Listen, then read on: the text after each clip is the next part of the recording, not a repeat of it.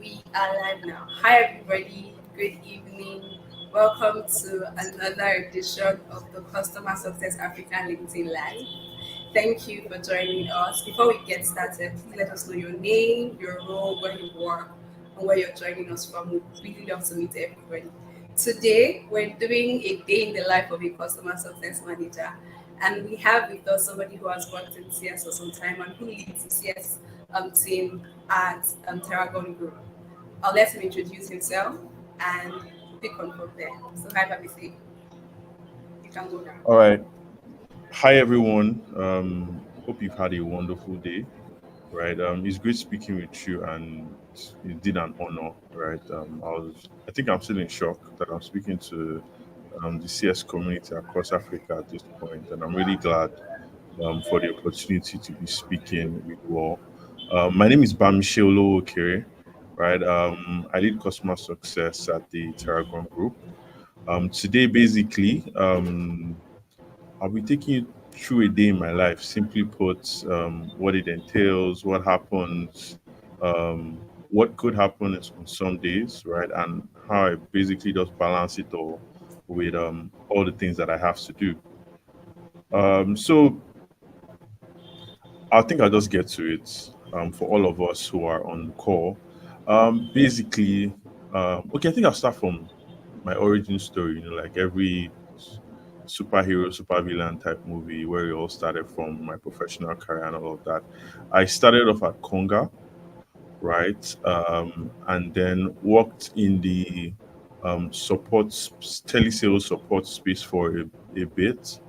And then I went on to work as an analyst, right? Basically analyzing the data that comes from the support team, right? I did that for about a year and all, and then moved on to um, other businesses. I worked as a business development person at a ride-hailing company at some point in time, and then I worked in the FMCG space for a bit before I got to Conga, where company is primarily involved in data marketing technology, right? And along this journey, I picked up a couple of things, basically from understanding support to a great extent, then to analytics, then business development, a little bit of sales, and then a lot of marketing along the line. And I think a combination of all of these things prepared me for the time when I would transition into customer success, because I had had a good understanding of different sectors, different industries, and how they operate. So the concept of providing value or helping a customer to the point of success was basically already not new to me in that sense of the word. Now, due to my analytics experience, I think the first thing I usually do when I start my day is to look at the data so far, right? In my team here at Terragon, we have a dashboard where we can view progress of each person in the team and yours as an individual, right? So members of my team can see um, what I'm up to in terms of numbers or what the team as a whole is doing in terms of numbers. And I can see there's a very, I have a very, we have a very transparent sort of system, right? So the first thing is data, primarily what's going on with the customers, um, what mark, and dependent on your business or where you work, the markers may be a little different, right? But primarily, you want to keep on looking at things like how your retention is going, right? You want to look at what revenue your upsell, cross sell activities are doing as well, compared to the expectations you put for yourself as a team, right? So you want to know what that is. Um, Primarily. And then you want to look at some things like if you've done your CSAT in recent times, you want to see what numbers are coming in from your platform and all that kind of stuff. I think after looking at the data for me, next thing I look at is I check emails, right? Like like every other human person that has a 9 to 5, right? I'm checking my emails to get an understanding of what's happening, what's urgent, what is important that I need to handle, and all of that kind of stuff, right? I'm checking my email for that. And then subsequently, I'm looking at my calendar, right? I probably would do this within the first, all these three things within the first maybe 30 minutes of the day, right? I want to check my calendar to see if there's anything from yesterday that came up. Some people, they work like they work in the night, so they might have set up something for me whilst I was asleep. Very funny people. So I just do a quick check to see if all my meetings are as they should be or some things have changed. Now, so doing that within the first 30 minutes of my day, I then jump into the tasks that are assigned, right, to me. Right now, it's now, based on the priority, right, of things that have been assigned, I would usually plan my day to sort of achieve the to dos for the day. So I would, and I'll say this humbly, right? I'm not a what's the word now? I'm not one of I like clear direction, right? I like putting things down, right? I think I have a good memory, but I don't like to rely on it too much, right? So I like to put things down, handwritten, most of the time, right? I feel this connection to what I've written. Don't mind me, right? But yeah, so I like to put that down and write it down and take it off as time goes on. Now, primarily, um, the priority of things would probably be um, customer first, right? Customer related issues first, customer success related issues first. So I'm trying to close out on things that relate to the customer within the first half of the first basically early, the first half of the day. Basically, that's what I'm trying to do. And then I'm trying to, if I'm done with all of that, I'm then moving on to internal like stakeholder stuff. So let's say I want to have a discussion with a team member or collaborate with teams outside, maybe the products team or the marketing team or the technology team. I'm trying to do that, you know, later half of the day once I'm done with all customer um, type discussions and all of that. That's my ideal setting. Are there sometimes when things don't work like that? Yes, there are, but I try to. That's what I prefer to do, right? In my plan. So I think I have some questions that have been asked, and I think I'll just answer some of them. So I'm more specific to um, what some people would like to know. Now, I think I have a question here, right? The first question here is, what does onboarding a customer look like for you? Interesting. Onboarding for me is it could wear different hats, right? I think I still had to answer this question to someone on LinkedIn the other day, right? And I always say it depends on the type of customers I'm trying to onboard, right? Where I work, we have small and medium scale businesses that work with us, and we have enterprise businesses that work with us, right? For the small to medium scale businesses, it is the platform is almost automated to handle onboarding, right? Basically, what I would do is monitoring of that process to basically on a weekly basis review the reports, right, of the onboarding process. So key things I'm looking at as an overview is I'm looking at, okay, how long is it taking the person to move from stage A to stage B or C or whatever outcomes, right, that I want them to reach. So in the case of a marketing company like mine, I'm probably looking at from the point of sign up to the time when they are creating their first campaign, right? Or the next thing I'm looking at is when does that campaign eventually go live? What bottlenecks are they having? Where is it taking the longest time? right, to reach that endpoint, right? And what can we tweak along the line? But it's mostly automated, and it's a low touch activity for small to medium scale businesses, right? Now, this may differ for your organization, um, but that's how I currently work through that.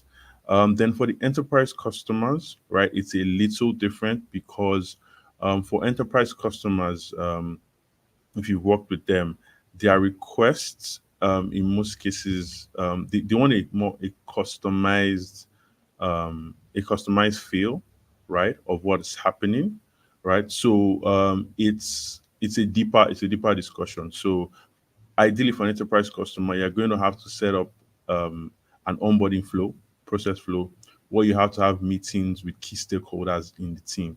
So the first step will probably be having a discussion with the C-suite of that organization, right?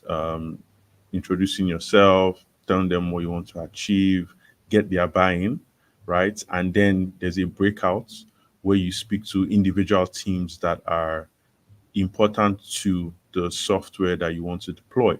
So, for instance, you have to speak to maybe the brands team, you want to speak to the product and technologies team, you want to speak to any other team that has a buying, maybe the data science team in some cases, right? If there is the use case of maybe data modeling and all of that, right? You want to have discussions with all these mini teams within the organization to build a framework that would work for all parties, or to at least let them know the parts that they would play in the onboarding process. Now, subsequently, when you've had this meeting and you've highlighted responsibilities and timelines, the next phase is execution. Now, as a CS person, you have to be the primary contact person in most cases for this onboarding process, right? And as a primary, are you trying to reach out to me, Eunice? Okay. So you have to be the primary point of contact, right, for these discussions, right? And you have to manage the stakeholders all around, right? Once the sales guys have done their job from that onboarding process, you are the guy or you are the lady, whatever the case may be, right? So you have to manage all of these guys. Along the line, work with timelines that you have fixed, adjust timelines in some cases, right? And work with all these parties involved. So you're working with your own technology team, their own technology team, and all of that. And it could get a little overwhelming for the first time, but it's something that I think as you do more and more, right, you get a handle of. I remember my first enterprise onboarding project, I think was with Alat at the time, and it was really, was a lot at the beginning, but subsequently after doing for other customers that I've worked over the years, it has now become something I'm very used to. So some things that will be new to you because each organization is different, but at the end of the day, you sort of get a hang of it, right? And I would say for enterprise onboarding, you need to be on your toes, right? Don't take anything personal, um, because sometimes some people might want to get in your way, but yeah, I'll say in that role as a customer success person, you are the I'll say the joint that holds all the pieces together, and you own those discussions, right? And you need to. I was telling one of my team members the other day that you cannot use not knowing or not understanding as an excuse to let things slip through the cracks, right? You need to get a fair understanding of what everybody is doing, right, or how they're going to do it, so that you can actively or effectively communicate, right, and effectively hold everybody accountable, right? So, and it's one of the beautiful things about customer success is the fact that you get to learn so much about what everybody is doing in order to give the appropriate amount of value, right, to the customer, right? If there are any questions, maybe I didn't touch anything specifically, you could just drop me a question. But I've covered the onboarding question to an extent, and I'll move to the next question, which talks about how are you able to manage your customers when your teammates product, for example, do not deliver. Okay, this one happens a lot. This one happens a lot, right? And I don't think the battle between product and customer success would, ever end. I don't want to call it a battle, but the interesting discussions that happen between product and customer success, right? I think the first thing to understand is the product guys are also human as well, right? They work within limited timelines, limited, human capacity sometimes. And sometimes some things just don't work, not because of them in particular, but maybe secondary software that they are using to hold things or piece things together has a fault. So they are human, first of all, right?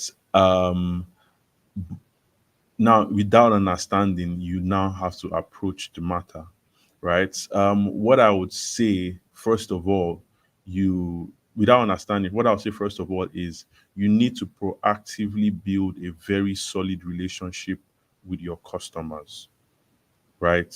You need to have if I'm giving this now, this case in points, because the person didn't state the points. I'll give the case of an enterprise customer and a SMB customer, or someone you don't have a very, but as a customer success person, actually, you should have, there's no excuse not to have a very strong relationship with the customers that are in your purview, right? So I'll say the first thing is to build a very strong relationship with your customers, right? That you are handling, right? Whether enterprise or SMB, right?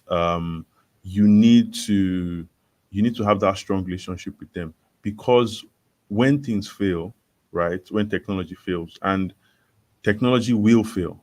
A good example is what happened with Microsoft, and for a couple of hours, all of us were in the dark, right? Except maybe for those who use MacBooks and all of that. But even if you use a MacBook and you're at the airport, you're stuck. Anyways, right? So you need to have a strong relationship, because when things fail, it is your strong relationship that helps you manage that situation, right? You are not going to build the relationship when something goes wrong, right? You have to build that relationship before. So when something does go wrong, right, which it will, it's a given, right?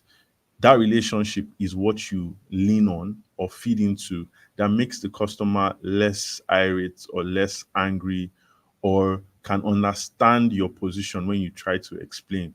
And I'm not giving you an example, something that hasn't happened within um, the last 1 month, or this happened to me a long time. These things happen from time to time, right? Where something happens on product side and you need to manage the customer's emotions. But it can only there's a I think a book about emotional intelligence that talks about how you can only withdraw where you have deposited, right? So your customers should not be a statistic to you. They should be people who you should be interested in and who you should have a fairly cordial relationship with, right? And that is what is going to help you. I can't tell you the amount of times when it should have happened and a customer told me that Bamise is fine. Don't worry, I know will have this thing sorted out. Just keep me posted, right? And it will be good. Now, there are some times when you don't have a relationship with the customer. Let me give that example now, right? I remember at the point in my career, there was a customer who I wasn't handling, right? But the person who was handling the person I think she went on leave or something, and it was just crazy, right? So she didn't know I was introduced to the account, and I had to handle it. Now, the first thing, right, I did was to let her know that um, I felt what she was going through, right? I tried to empathize with her situation, right? After empathizing with her situation, I asked clear questions, right? This was an email, right? So I clearly I had read the background and all of that, but I wanted to clearly define her problem before diving into it. Because one of the things you also need to understand when a customer is talking to you, sometimes they may not define clearly what the issue is. So I tried to help her define clearly what her issue was, right? And then she answered and said, okay, this yes, this no. this yes, this no, this no. And then I said, okay, so based on what you told me, these are the issues or these are the things you want achieved. And she said, okay, good, we're aligned. And I said, okay, now that I know what I'm working with, what I would do is work on this, right, and give you an update at so time based off of the progress I'm able to achieve, right? And this pattern, right, is what I deploy in most cases, right, where I certainly try and help the customer define and clarify what their issues are, right, and then create a plan to address it and give a timeline for giving feedback. There is this post I saw on Instagram about how um, on the trains in the UK, right? People were complaining a lot about how it's too slow, how they're not having they don't enjoy the experience, right? And people were thinking about, okay, maybe should we, you know, what can we do to improve their experience, right? And sometimes the trains would be late, and I think they did a satisfaction score, and it wasn't so good at the time. And one thing that moved the needle for level of satisfaction was letting people know the timeline, right, as to when the train will be coming. So the key learning there is that people don't mind waiting, right, but they want to understand how long they have to wait, or they want to keep getting steady progress to know, okay, this is where we are, this is how far you need to go. It helps them adjust their mind as to how long this will take, right? So this thing has been deployed in several industries after that, in the delivery space. If you've ever shopped from someone like ASOS or even GIG, they tend to give you timelines as to when something is going to get to you. It's so a bit of psychology, but it really works, right? So that's what I'll say, right? In terms of when something goes wrong and product is involved. Like another thing too, after you when you're coming from the point of view that product guys are human, you need to hold them accountable to some extent. They need to give you timelines as to um, when they're going to resolve the issue, and they need to be truthful to you about the issue. I think one of the things you need to demand from the product team is truthfulness. Tell me exactly what happened, right? And how I can, so I know how to manage my customer, right? I want to know exactly what happened. So I know how to manage my customer. I don't want to get some um, overview or high level discussion, and then I'm moving with maybe half of the information and all of that. So that's what I would advise when things go wrong. But key thing I'll hammer on, right, is build a relationship with your customers, a very good one, so that when things do go wrong, you can buy into that emotional capital you have with them to make things smoother. So I have a question. Okay, awesome. I'm listening. Yeah. So I want to build on to like what you just said about building a strong relationship with your customers. I'm very curious. How exactly do you build a strong relationship? What are like day to day breakdown of the steps you take to build strong relationship? I know it's a really big deal for like people who work in customer success. So how do you build strong relationships with your customers? Okay. I would say first of all, one of the very good ways to build a strong relationship with your customer is you need to be interested in them. Let's start from there. You need to be interested in them. So let's say I'll give an example. I get introduced to the sales team by this customer. You know, his name for or her name is maybe Jane, right? Or his name is John, right? And I have my first call with this person, right? The first thing I'm trying to do is not trying to tell them, okay, this is what our product does, this is the value we bring to the table, and all of that. I'm doing an introduction of myself. Asking the person for their name, their title. To I'm trying to get a background. Oh, have you worked? in this place before? Have you done this? Just a brief overview. That's what it starts with. Maybe two, three questions outside of what the main aim is, but trying to get to know the person. That's how you start it. Then subsequently, um, you need to now start getting to understand the pain points of the person as an individual working in that role, not necessarily the pain points of the business. So I'll explain it like this, right?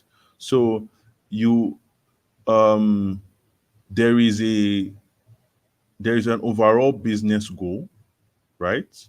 That the business or the organization you are working with wants to achieve, right? And there is an objective that the person you are working with in most cases has to achieve. Now I'll give an example.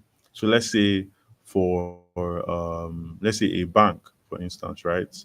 Um, they are trying to maybe um, increase maybe by revenue by X amount, right? But this in particular person you are speaking to has a problem on his or her table, maybe a KPI that they have to solve for. Maybe their KPI in this case scenario is not maybe revenue per se, right? But is maybe they're trying to reduce costs in a certain way, right? It's not direct to what's the word now? Generating revenue. Is more of reducing cost, right? Now, by finding that out in the first place, right, through series of conversations and in your plan finding a way, right, that can help solve for that person's individual KPI as much as you can within the framework of what you can provide. That is, you're not doing anything out of your purview and all of that, right? You you build a sense of loyalty, right, with that person who is handling that project because the person sees you as not only just trying to achieve the organization's goal, but you're also trying to help the person in their own individual activity to some extent, right?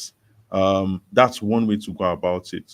On the interpersonal level, I always advise, and I have done this in the past, is call you. It's not until there's a problem before you call your customers, right? It's not until you want to collect money, you want them to renew a subscription, or you want them to do something to ensure that, or when you have a CSAT score, you want them to fill a survey. No, call them, send them messages if they are cool with it like that, right? Build a relationship, right? That is very very cordial, right, with them, right? Then on, I'll say thirdly, the another thing you should do is be competent, right? There is no two ways about it. People will be confident in you when you come to them and say, there's an issue, but I'm handling it. If you have shown competence in the past, right? You have to be competent, right? Building a strong relationship is not an excuse not to be competent. You need to be competent, right? That builds their own confidence because if you're working with, let's say, a manager for a particular solution who has to report to C-suite, right, and he wants to give feedback to his bosses about something that goes wrong, he needs to be sure and confident that whatever feedback or whatever thing you are telling him is sure and that you can really really handle it, right? There are some things you can also learn to on in training, things like speaking. You need to be able to speak with a level of confidence, right? You need to be able to tell a good story. I think one of the things that one of the things that endears people to us, right, is how to tell a good story, how to take people on a journey, right? How to help people see that you are you are human in a sense, and you can relate to whatever it is that they are feeling. Now, this will come from, you can learn this. There are books online for this. Um, there are courses you can do about this to learn how to gain empathy from people, right?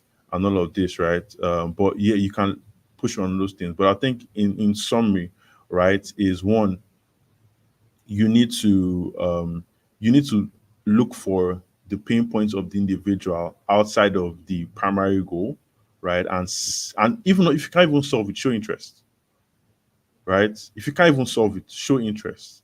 People will be, oh, when I say, how's that the issue? How's it going? Yadi yadi yadi, all that kind of stuff.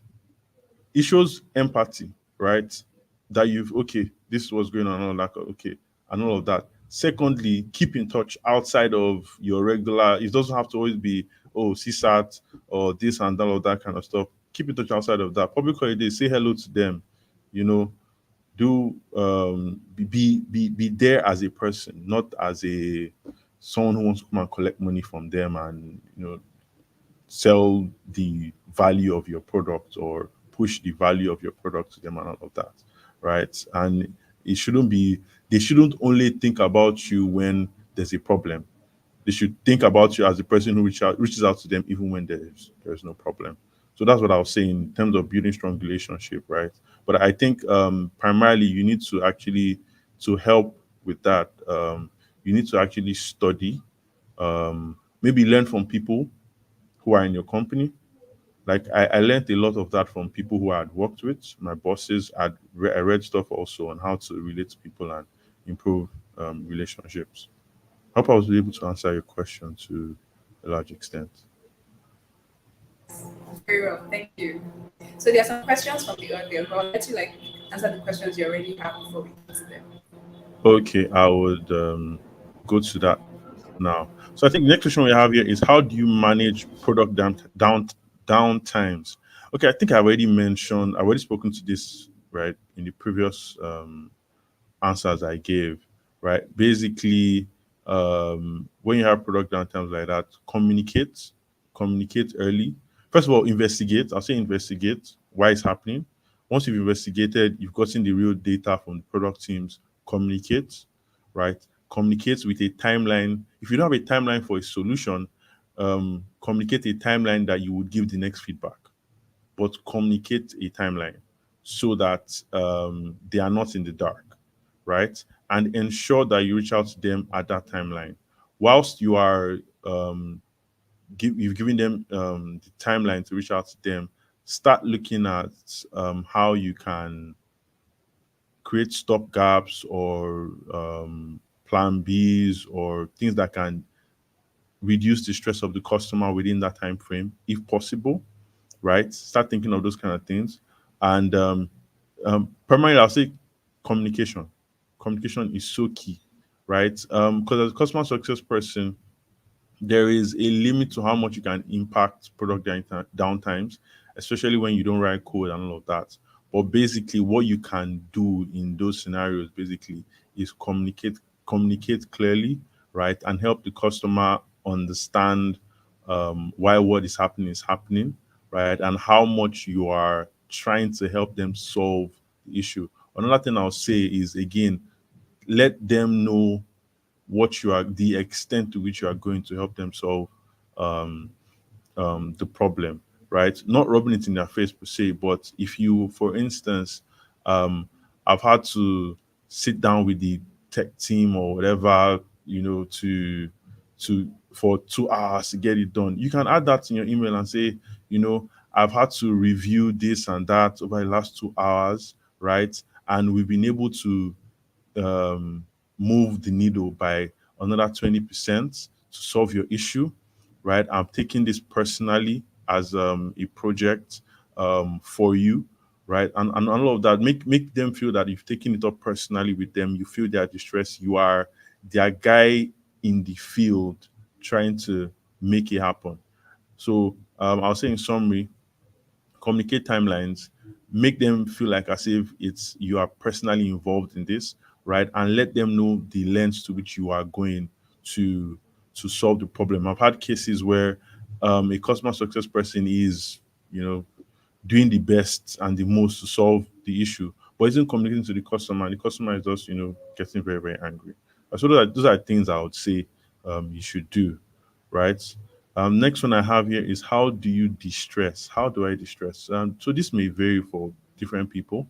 I would say for me, I like music a lot. right? Yeah, so I think it's just music really, and I watch a good movie when I can, right? So basically, those two things help me relax. Then, obviously, social interactions, hanging out with friends. For instance, today's a Friday. If you're that kind of person, go out, hang out with your friends, talk about things, right? Life is not a life. Well, life can be difficult sometimes, but don't take it too seriously, right? So yeah, that's primarily the three ways I distress: music, movies, and hanging out with my friends. The next question I have here is: if CS is seen as a department that provides no value to your organization, how can you change this narrative? Okay, so I'm going to assume that this is okay. Let me not make any assumptions, but I'll answer the question as you shared it. So I think if it's viewed as a department that provides no value for your organization, then there is a communication problem. That sounds more like a communication problem, right? It's either it's a communication problem or they are right. Now, when I say they are right, it means the CS team is probably not doing what they're supposed to do. But in this case, I would assume that they are doing what they're supposed to do. So then it's a communication problem. So, and I think I've been in this scenario before, right, where some people in the business thought, oh, yes, they're not doing anything, yada yada yada, that kind of thing. And what I took it upon myself, right, to bring out the data and present it to senior management, right? Um, Now, for the customer success team, it is not hard, right, to um, defend the work you're doing, because everything you are doing, there is a data trail, or there should be a data trail. Let me put it that way. There should be a data trail for everything you're doing, right? If your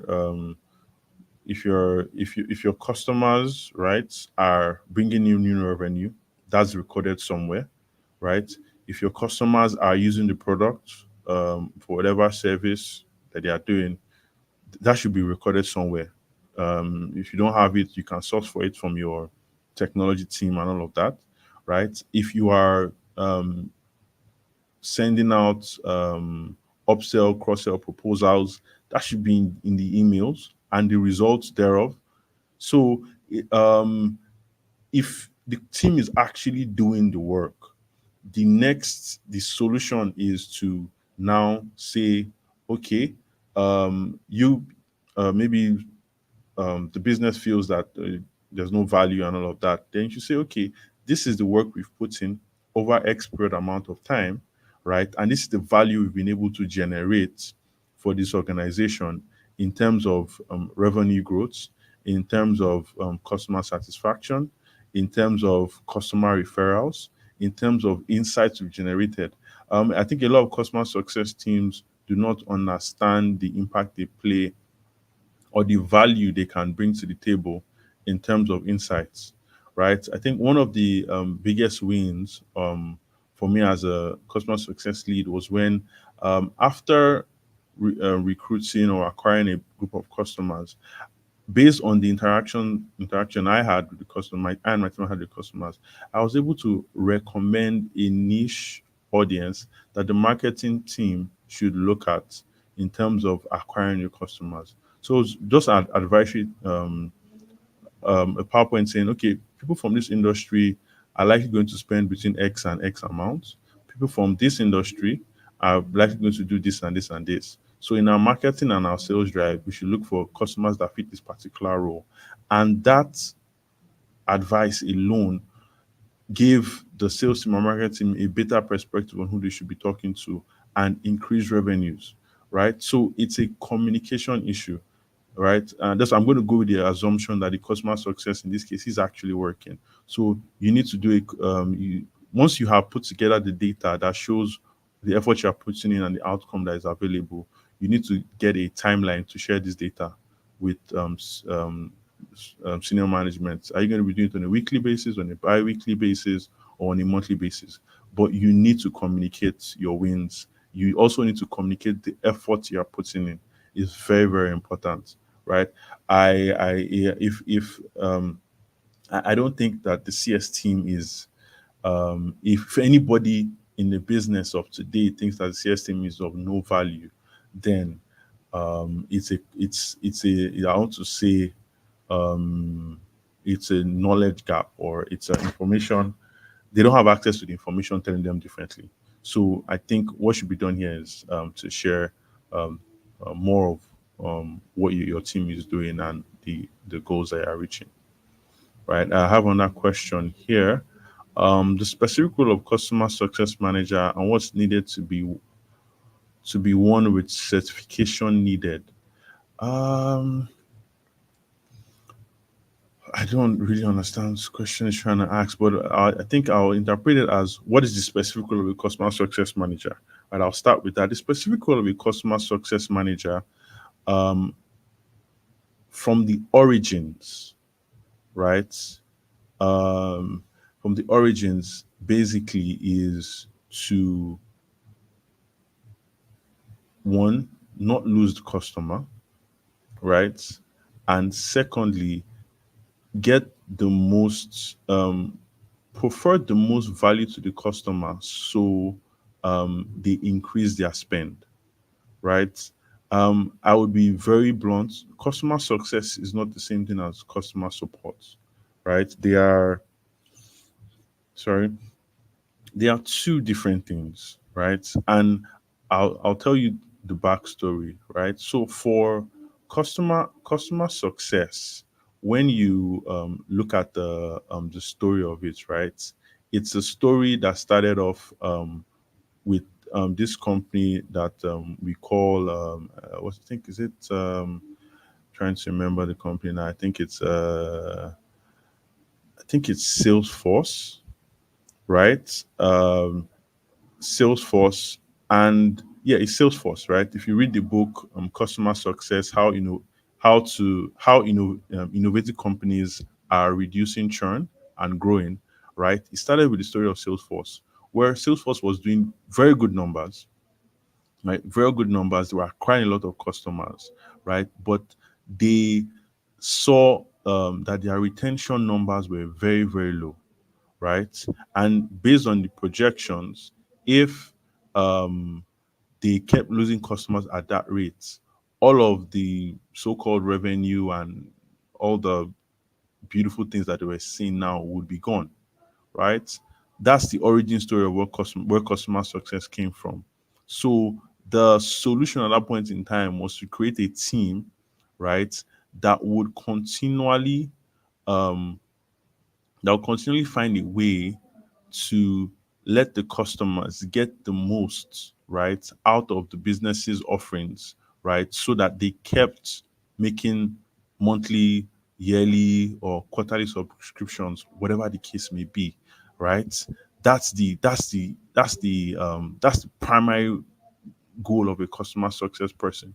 Your your your your your primary job is to show value, right? Is to show value to the customer. Okay, why am I paying for this? This is why you're paying for this, and this is what you will get out of it, right?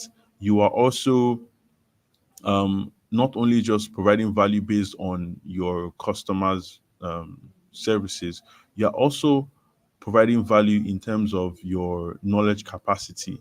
How well do you know the industry that your customer is in? So, for instance, if you are working in a company like Salesforce, right, you should be very, very knowledgeable on the CRM space, right? What competition is offering, right? What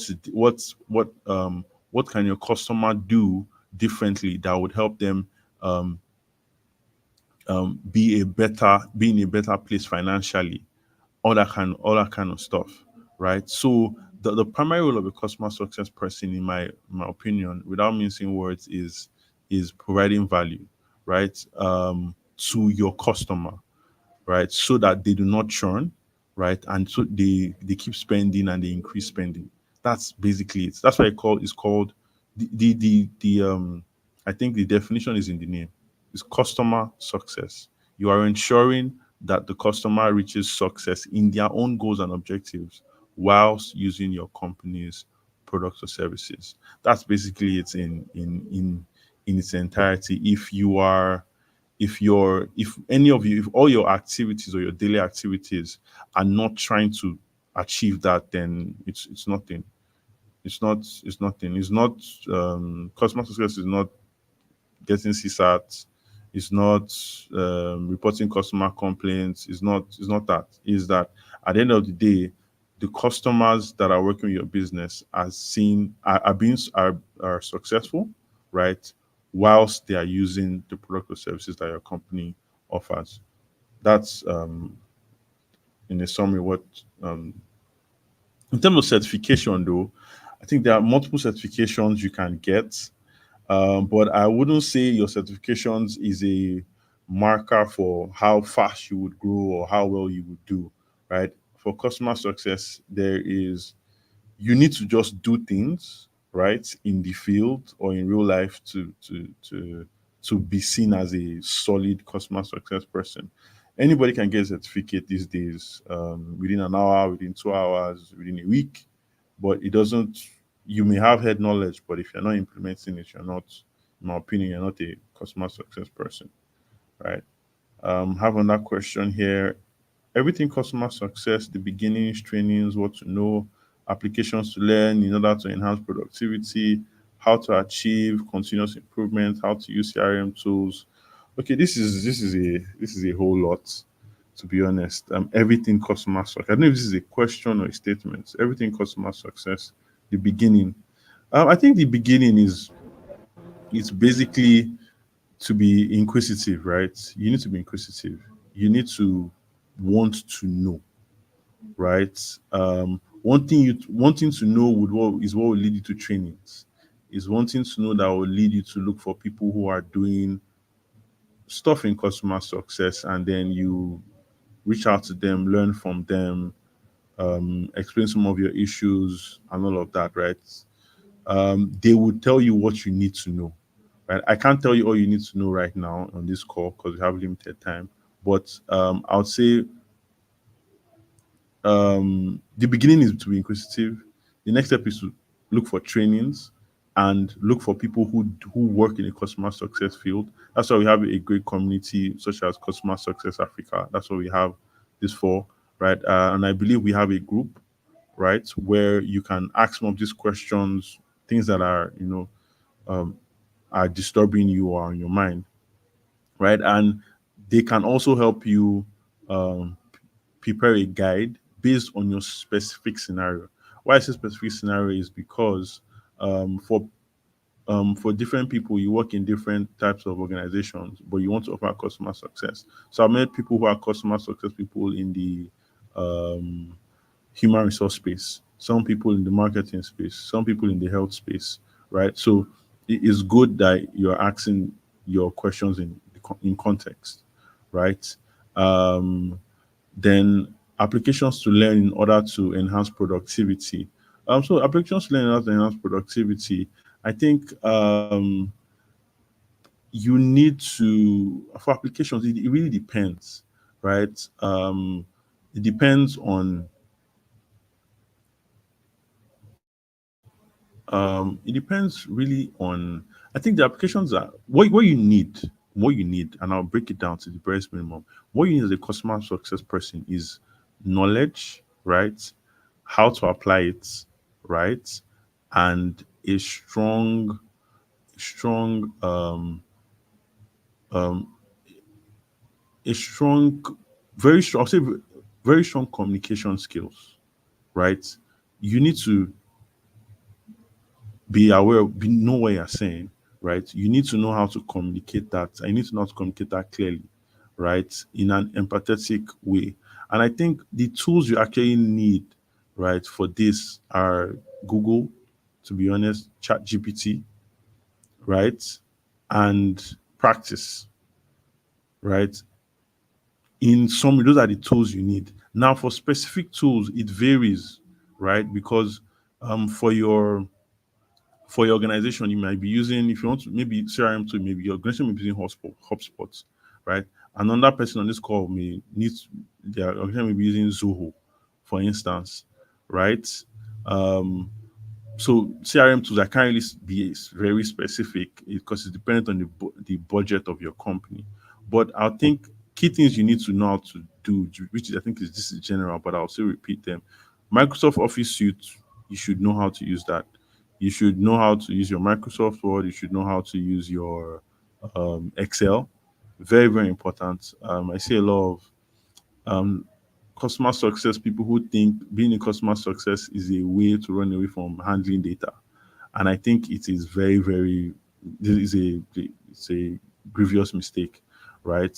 Because the success story, the reason why we have customer success today is because someone was looking at the data and was able to do a projection and say that if we keep losing customers at this rate, we will be a company that used to be very big. So data is very, very important, right? If your company uses G Suite, right, you can learn. I like using G Suite because gives me the opportunity to collaborate with team members and all of that, right? So G Suite, Google Sheets, Word documents. Then also you need to learn how to present, right? I would say you need to learn how to present. So using PowerPoint, very, very important, or Google Slides, very, very important, right? So I'll say those three are those ones I've mentioned are the key ones, the I'll say foundational ones. Now, depending on your organization, right, or what your organization does, right, it may now vary whatever tools it would require for you to use. Second to last question I have here is I would love to learn to navigate customer retention and reduce churn rates, even when internal processes from other teams affect this.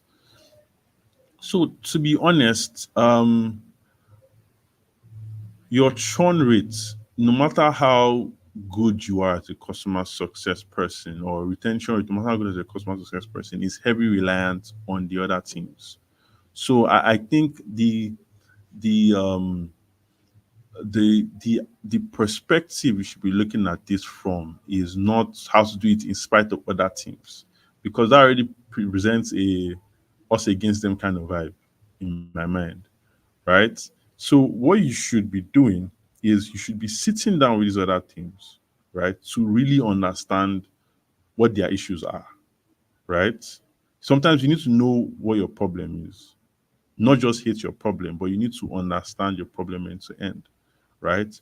Understand your problem, right? And then, on with that understanding, create a framework or a solution that helps you still manage your customer in spite, right, of this scenario. So, for instance, let's say your company is short-staffed in terms of um, engineering, which is very, very common in Nigeria today because a lot of our engineers have left the country and all that kind of stuff, right? So you know that they may not be able to respond to you as quickly as possible, right? When things do go wrong, and it may lead to customers leaving and all that kind of stuff, right? So you need to find now that you're armed with that um, information, you need to now find okay, and agree with them, right? Okay, based on the amount of engineers you have, right? How long will it take to solve this issue? How long will it take to solve this kind of issue? How long will it take to solve that kind of issue? Now, you're going to be speaking from a place of knowledge because over time, one of the things you should do is to understand the kind of issues that you come up against. You should have a um, whatever CRM tool you're using that tracks the kind of issues you have over time, right? And know how to manage the scenario, know how each one of them is solved for and what timelines it takes to solve for it. Right now, if you're not saying that okay, I had 4 engineers before and I could solve this matter within maybe 24 hours, but now I have one engineer, right? And now it take me 7 days. Your job is to find a way to make those 7 days as as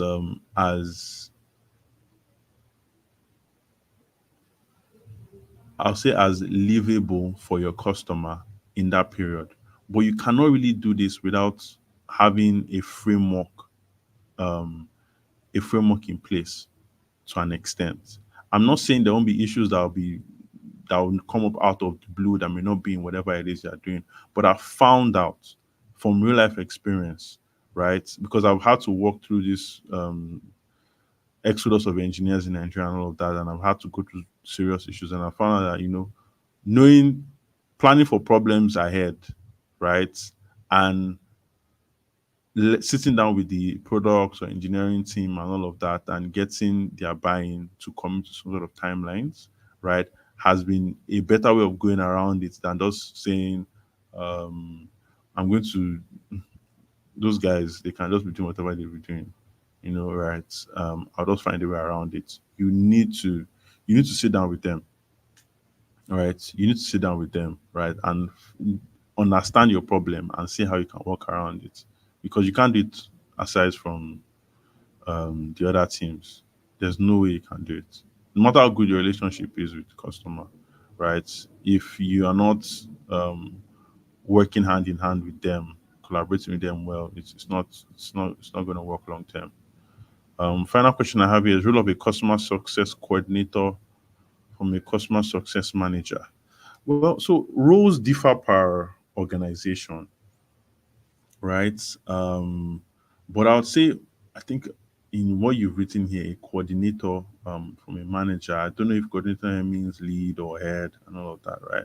But from what you've stated here, right, a coordinator is basically someone who um, provides supervision, right, for a group of people, right, or for staff, right? Now, a customer success manager, in this case, in simple terms, basically does not provide leadership, right, to any group of people, but primarily maybe works with the customers they've been assigned to, right? So basically, that's just it in summary, right?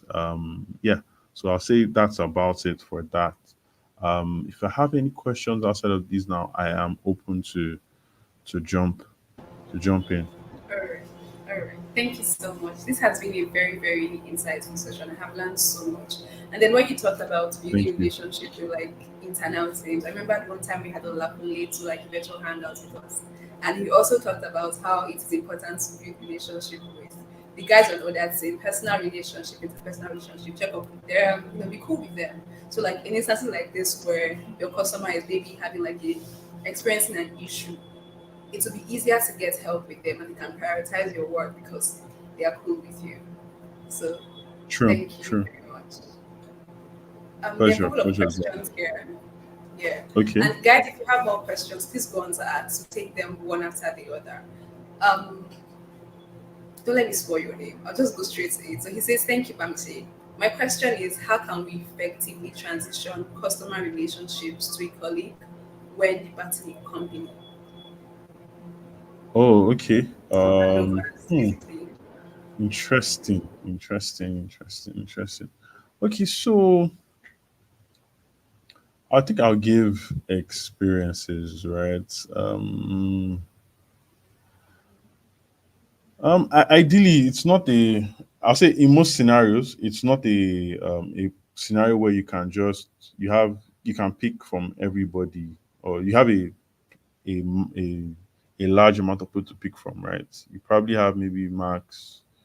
I've not seen customer success teams that are as big as maybe 20 people and all of that, but just a good number of people, right? So, first, you want to, in my opinion, what I would do is when I want to look for someone who has had a relationship with the customer before. If there's someone on my team who has had a relationship with that customer in the past, and has built a level of familiarity before that time, that's something I'll look at, right? The next thing I'll look at is experience handling those type of customers, right? So one thing that I did at a point in time for my team is to divide them into different sectors. So some people worked in FSI, that's financial institutions, right? And some people work in FMCG, and some worked SMBs, right? So if I have someone who is transitioning who works in FSI, there's a likelihood that when I'm factoring his replacements, I'll probably first think about someone who has knowledge of that space. So there's not too much of a knowledge gap to catch up on, right? Just one thing I would think about. Thirdly, on that thing I would look at again is capacity, right? As much as if I have those two things, someone who knows the customer and someone the who knows the space. Another thing I'm looking at is capacity. So the person that fits this role, maybe junior, right? And this customer may be C-suite level, very, very important to the business, that kind of thing. So I'm looking at other factors like, but do I have someone on the team who is more senior that can handle the interpersonal relations, right? And I can get this junior person to sort of support with knowledge and all of that kind of stuff. Because I've seen a lot of the time that customers would take people seriously, not necessarily because they know more, but just because they sort of respect their stature and how they communicate. It's a human thing, right? So that's another factor I would consider. Now, just as a caveat, I'm not saying one of these is more important than the other, but based on the exact scenario you are trying to work with, right? Kind of handover you're trying to do, these are things that you should consider. And when you mix or when you evaluate the level of importance, right, you can now say, okay, based on this and this and this, I would go with this person, right? I think another thing you should look at as well is the time um, the time to transfer knowledge, right? And I think this is something that I think has happened to me in person where um, I had to hand over from one person to another person, but there was so much this person knew about this group of customers, right?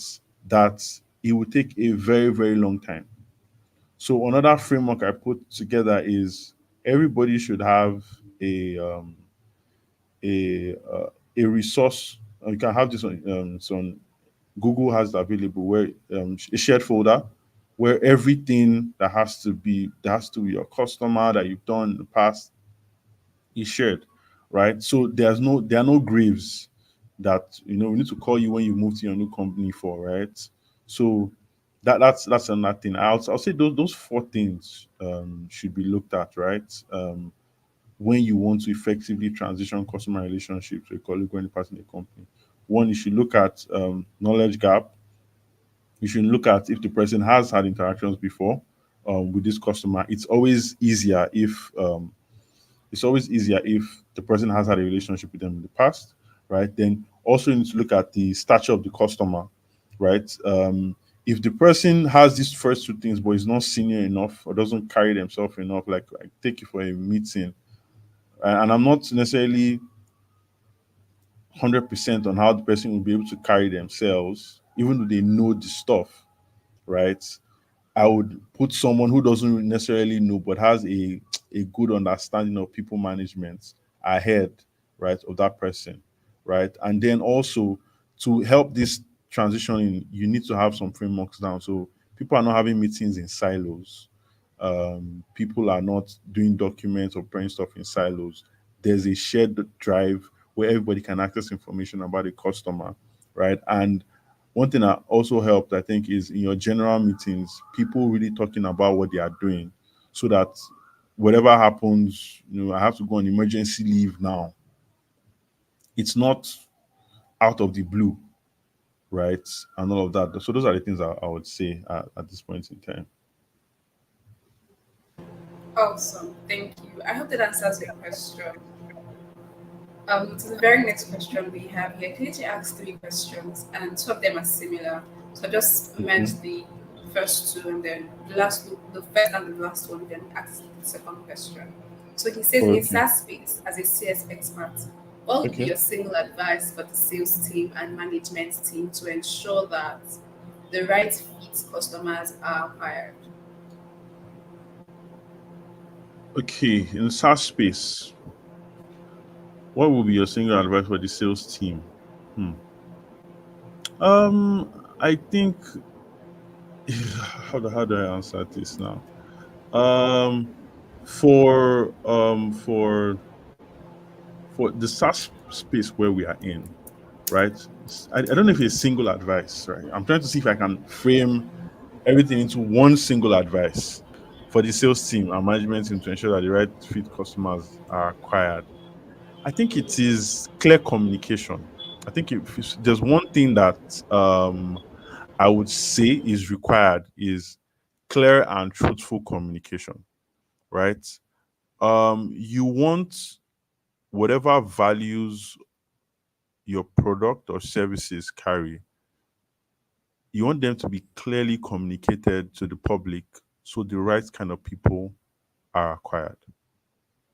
I'll say that's the cardinal rule for me, right? You don't want to sell this one. This is sales now. You don't want to communicate that, oh, my product can do A, B, C, D, E, F, G, H.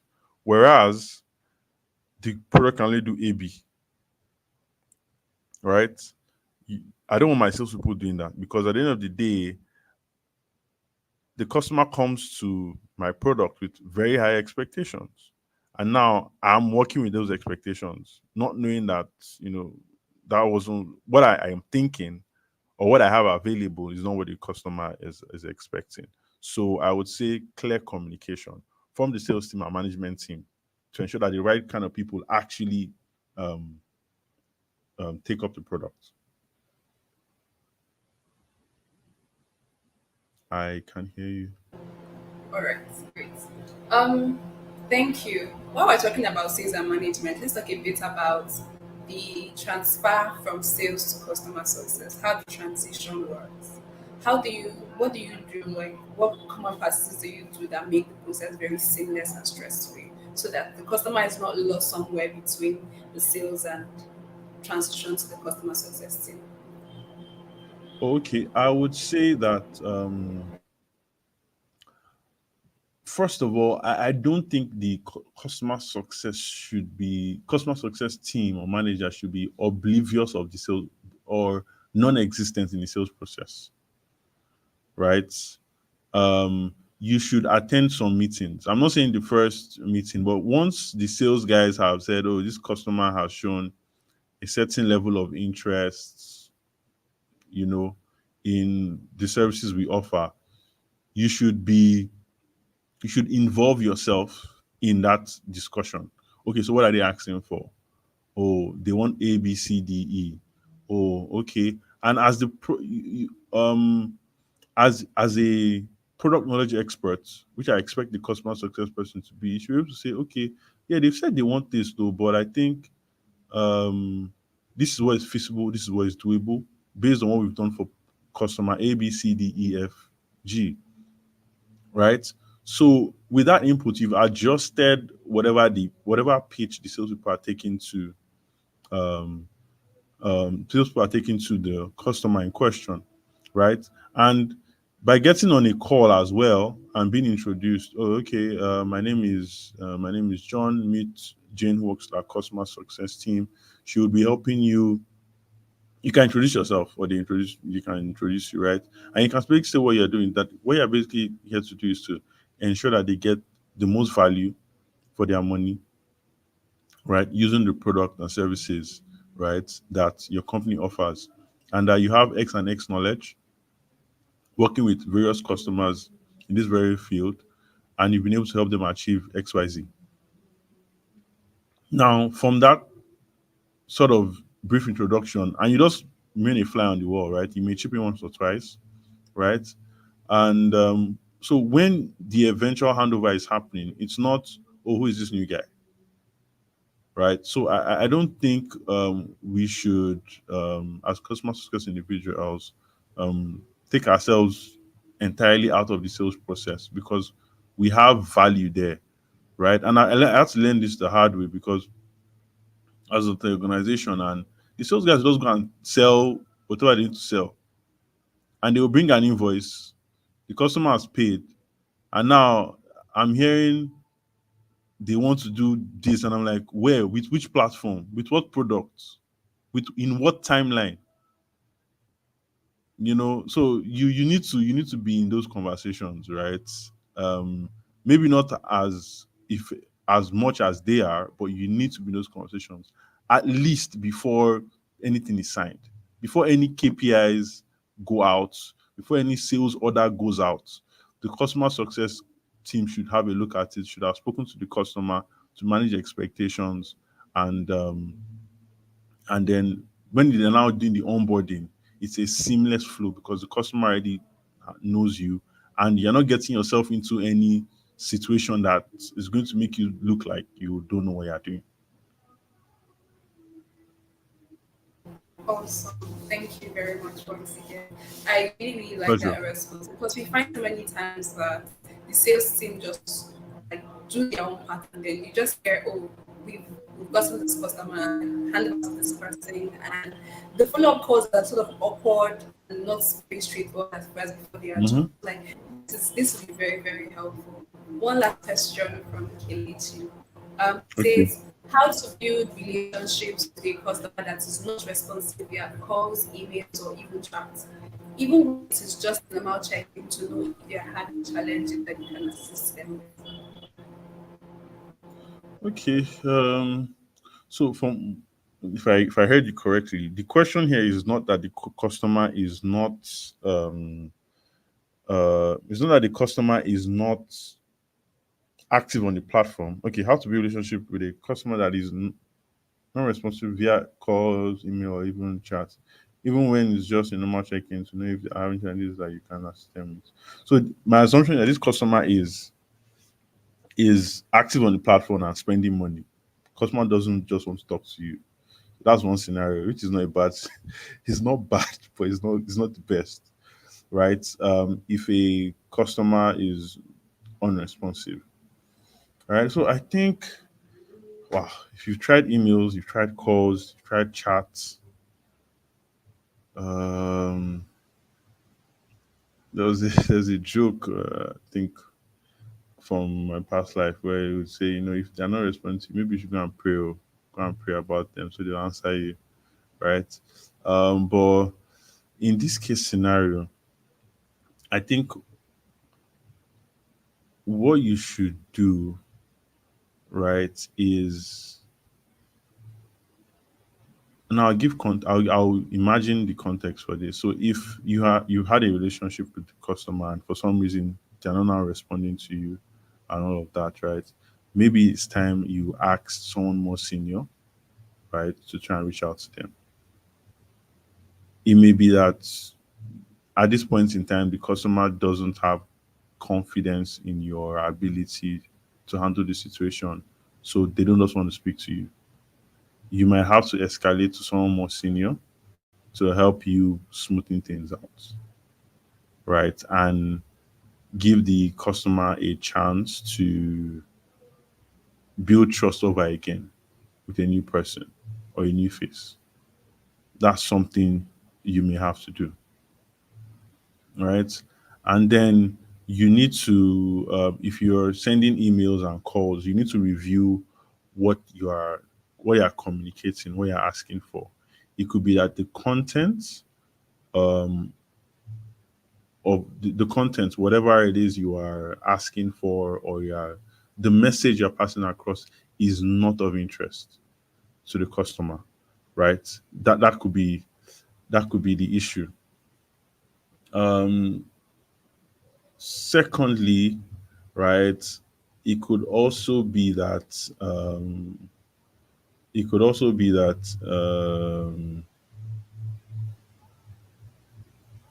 and I'll say, let me give a solution for that. So if you are not communicating the right thing to the customer, it means you are oblivious of the customer's pain points. And now I haven't met a customer yet who you spoke to their pain points, right? And they said, "Oh, I don't talk to you." Right? If you send out an email to someone with the heading and it's the pain points of that customer, they will reach out to you. So maybe you need to look at how you're communicating and if it's a match to what the customer needs, right? Um, that's the second thing I would ask you to have a look at, right? Because I think the question here should not even be building relationship for a start. It should be letting them even contact you first. Because if they're not responsive to your calls or email or anything, the first thing is to even get them to contact you first or respond to you first, right? Then when you've now gotten them to, you've piqued their interest or you've gotten their interest, the next thing you should be trying to do is to provide value as quickly as possible. You should do your best to provide value as quickly as possible, right? They need to see, you need to figure out, have a plan, right, for your quick wins in the short term and for long term um, wins, right, in the long term. So you need to communicate this plan to them because once you've gotten them to now be responsive and they're saying, okay, I'm ready to sit down with you, I'm ready to have this discussion with you, the next thing you need to do is to show them a journey as to where you want that relationship to go going forward, right? So you need to show them basically a customer journey, quick wins, right? Long term things you want to help them achieve, right? That's the next thing you need to do. And whatever it is that happened, right, that caused the initial break in, say, transmission, do your best, possible best to avoid it, right? Do your possible best to avoid it, right? So I think once you begin to now show value, right, to the customer over a period of time, that trust, that relationship will be built back. Um, and then you can now start going forward to build a more personal relationship with the person. Because for someone who doesn't want to chat with you, the first thing they only really want to see is value. And then subsequently, you can now start building trust, right, with the individual, and then gradually getting more and more of their buying.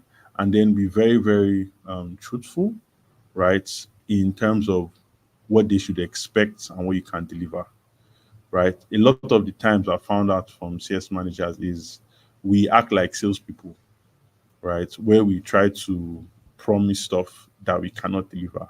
And it's not in our place at all to do things like that, right?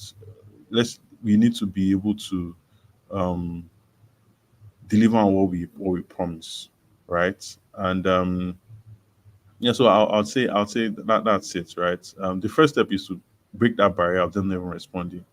Get someone who's more senior than you, or get someone a different person on your team to try and make that contact. Maybe a call, maybe an email or something. Preferably a call, right? Get that done, right? And from there, once that barrier is broken, you need to first of all show them how you want to provide value, right? And then achieve the quickest possible wins as soon as possible in their relationship, right? And then be very accountable for the long term goals that you have put together to help them achieve. So that's what I'll say on this for now.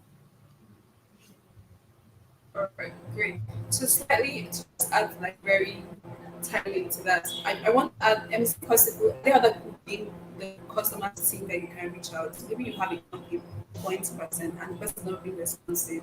Is there anybody else that you can call? Like say anybody else on your team that you have access to reach out to. Another thing I find that is very helpful is looking through like, their business review. Are there places you can say this customer or this business can do better because and then maybe in your follow-up email or when your colleague is reaching out, reach out to them with a recommendation on how they can do better or a value that you can give to them. That can be really, really helpful in getting them to maybe give a follow-up response or want to start get back to talking with you again. I hope that is helpful. Kelechi, he asks one more question. He says, the sales team may not want the CS team to get involved before the deal is finally signed, especially Okay. when um, the sales team KPI is tied to conversion. Do you want to speak to that before we Okay, move so on? okay, I see the statement. Thank you. Okay, apparently, the sales team may not want the CS team to get involved before the deal is finally signed, especially when the sales team KPI is tied to conversion. Well, this happens, right? And this is something that I have been that I had to address, right? And I think as a CS manager, there's a time when you need to be truthful to the business, right? And tell them what's on the table, right? And explain it in a very matured fashion, right? That we can we can get this customer. We can say anything now, right? And this I'm saying basically you have to escalate, right? We can get these customers, right? And they'll buy in, maybe they'll pay the first time. But if our product or service is not a fit for them, we are going to lose them. And it would cost us X amount to acquire new customers. And as we're well aware, or maybe they're not aware, right? You need to show them. Now, this is data that you can do research on. It's more expensive to acquire a customer than keep an old one.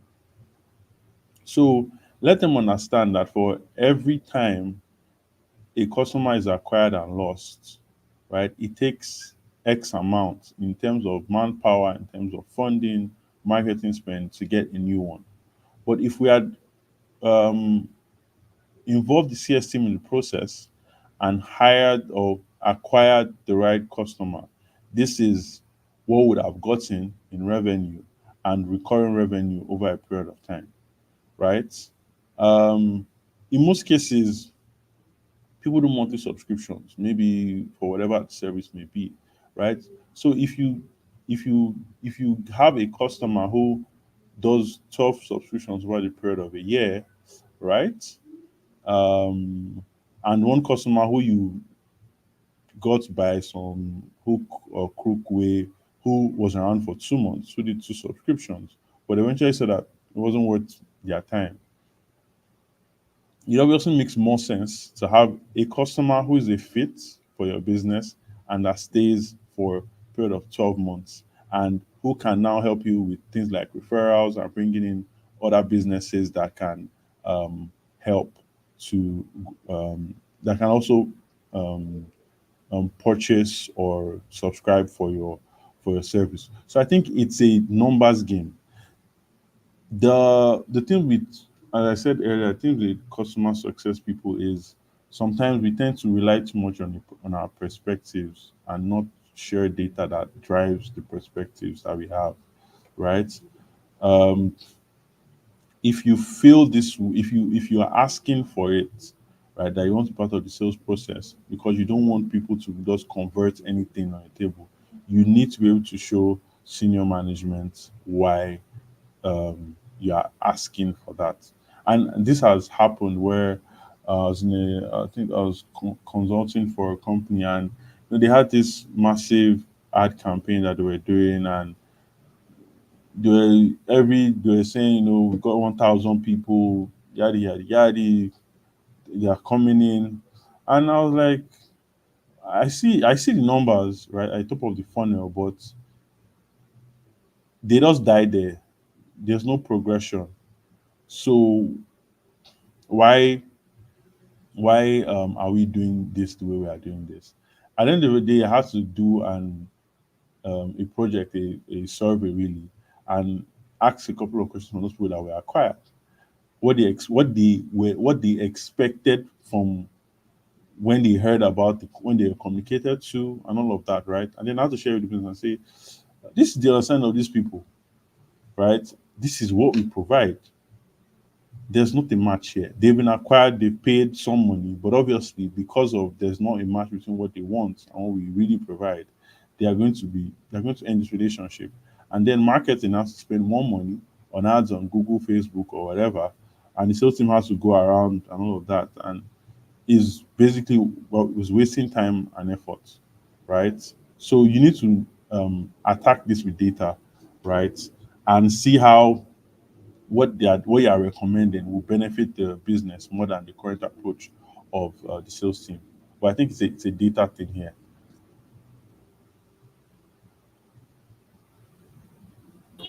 All right, future. I hope that answers your question and that helps you a lot. So that's like all the questions we have available now. Do you have like any final words you want to share with everybody? Anything you think CS talent should put in perspective? Any recommendation or wisdom? Okay, I would say as a CS person, I would say I think I'll go back to one of the things I said earlier, and I think it's one of the things that has kept me in the CS space this long is you have to stay inquisitive, right? Stay inquisitive, keep learning, because that's the one of the primary ways you can provide value. That's one of the primary ways you can provide value. Keep learning, be up to date on what's going on in your specific industry, in the specific industry that your business is in, or the specific industry that your customers, right, are in, right? Keep learning, implement, keep implementing, and keep track of data, right, and communicate your findings, right. I would say one of the things that has helped me grow in my career basically is my passion for presenting the data both to customers and to internal stakeholders, right? Um, Being able to show a customer that this is projections based on a market analysis, or maybe after 3 months of using my product, I'm saying, okay, this is what you've done, right? This is how we can improve on this based on data. This is how we can project a better future for you. Has opened more options and made me look very good in front of the customer. And the customer is saying, "Oh, Bamise is so he just knows he gets us right." And internally as well, I've been able to um, communicate with data. The reason why I'm asking for maybe a certain um, additional person on the team or particular target audience to be the ones we should be reaching out to for customer acquisition, so on and so forth, right? You need to be in love with the data and be able to communicate what you see from the data. Unlike sometimes we get a hunch as customer success people, if you've done this long enough, you get a hunch that something is not right somewhere. But you need to do the homework of getting into the data and presenting it to people so they can see the logic behind what you are saying, really. So I'll say again, be inquisitive, right? Stay close to your data and communicate the data that you have to back the reason for whatever it is you're asking for, right? And as I said, be very, very know the space that your customers are working in, right? Know the space that your customers are working in. Know that space very, very well. It will help you with conversations with them as well. Right, so that's what I'll say for now. Yeah, that's it for me. Okay, thank you so much. It has been very great learning from you. I have learned so much. I've been taking notes and it's been really helpful. Pleasure, pleasure, pleasure, pleasure. Pleasure is all mine. So thank you so much. Hi everyone. Thank you for staying with us Hi, until now. everyone. If you still have a question, please share in the group, in the community. We'll be very happy to answer. It has been very good doing this. Thank you for your time, Bambi. Thank you. Thank you, Permission everyone. to end the session. So bye guys. All right. See Bye, you on everyone. WhatsApp. Yes. Bye.